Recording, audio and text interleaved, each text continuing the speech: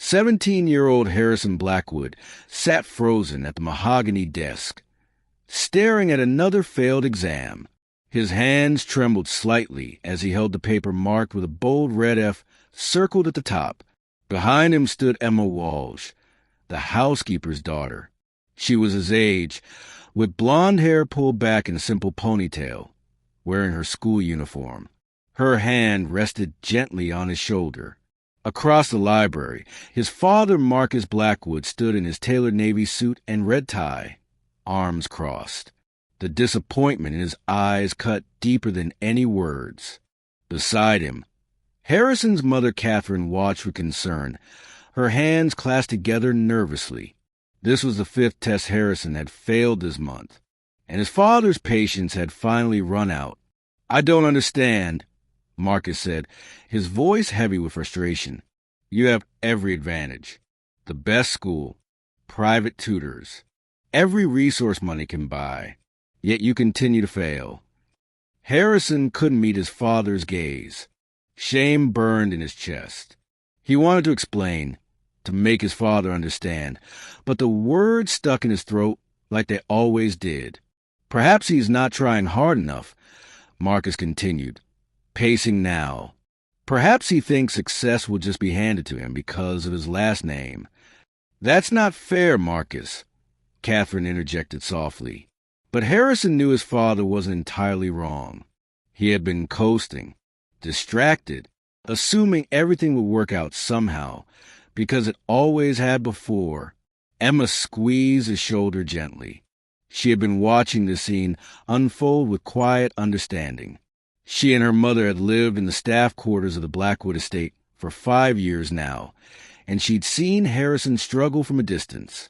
What his parents didn't know was that Emma attended the same prestigious academy on a scholarship.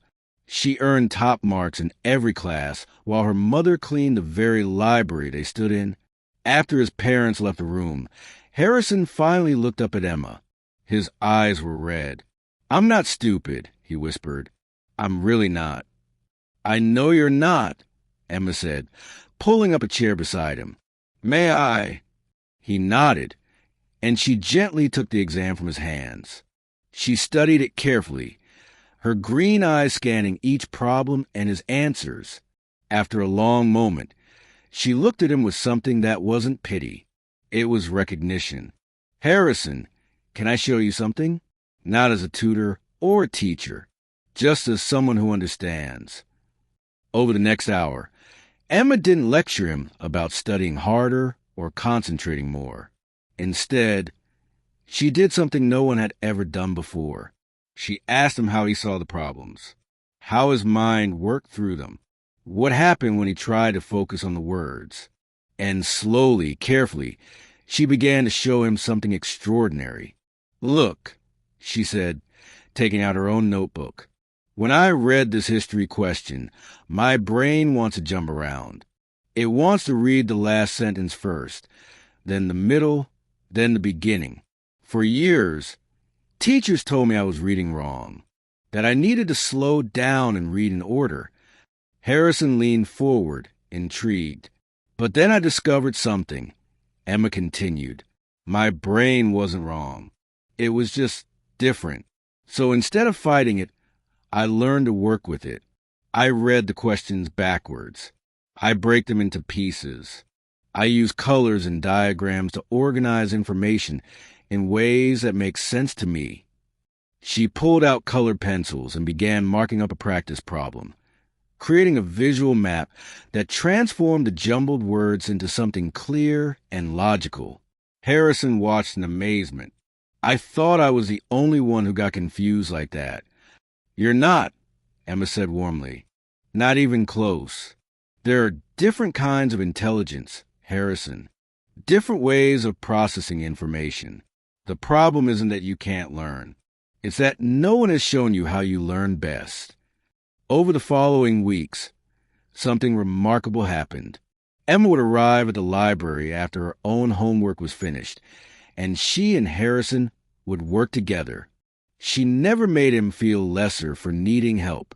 She shared her own struggles, her own moments of feeling inadequate when she couldn't process information the way others did.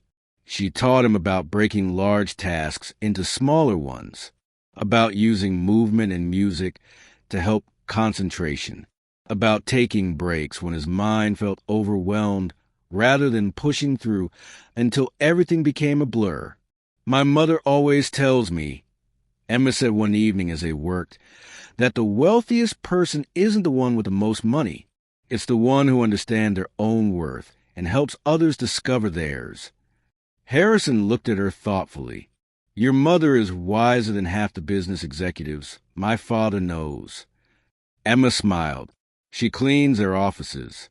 She sees what they throw away, what they value, and what they ignore. It teaches you a lot about people." As the weeks turned into months, Harrison's grades began to change. Not overnight, but steadily. The FS became DS, then CS, then suddenly AB appeared on a history exam. Marcus noticed. Of course. He called Harrison into his study one evening. "Your teachers tell me you've improved dramatically," his father said, studying him. "They say it's like you become a different student." Harrison thought carefully before answering. "I learned that I was asking the wrong question. I kept asking why I couldn't learn like everyone else. Emma helped me ask a better question. How do I learn best?" "The housekeeper's daughter?" Marcus raised an eyebrow. "She's first in our class," Harrison said quietly. "And she taught me more about learning in 1 month than expensive tutors taught me in years." His father was silent for a long moment. Then, surprisingly, he nodded. "Intelligence comes in many forms. I'm beginning to understand that." By the end of the semester, Harrison stood in the same library where he'd once held that failing exam. This time, he held a report card with 4 As and 2 BS. Emma stood beside him again, but this time she was smiling. So were his parents. "I owe you an apology," Marcus said to Emma, "and my gratitude. You saw something in my son that I was too frustrated to see." Emma shook her head. "I only showed him what was already there. Harrison did the work himself." But Harrison knew better. Emma had given him something more valuable than study techniques or test-taking strategies. She had given him permission to learn differently, to see his mind not as broken but as unique. Years later, Harrison would go on to build a foundation for students with learning differences. He would think often of that day in the library, of the maid's daughter who showed him that the secret to success wasn't changing who you are. It was understanding who you are and having the courage to learn in your own way. The red circle on that failed test still hung in his office, framed, not as a reminder of failure, but the moment someone believed in him enough to show him a different path.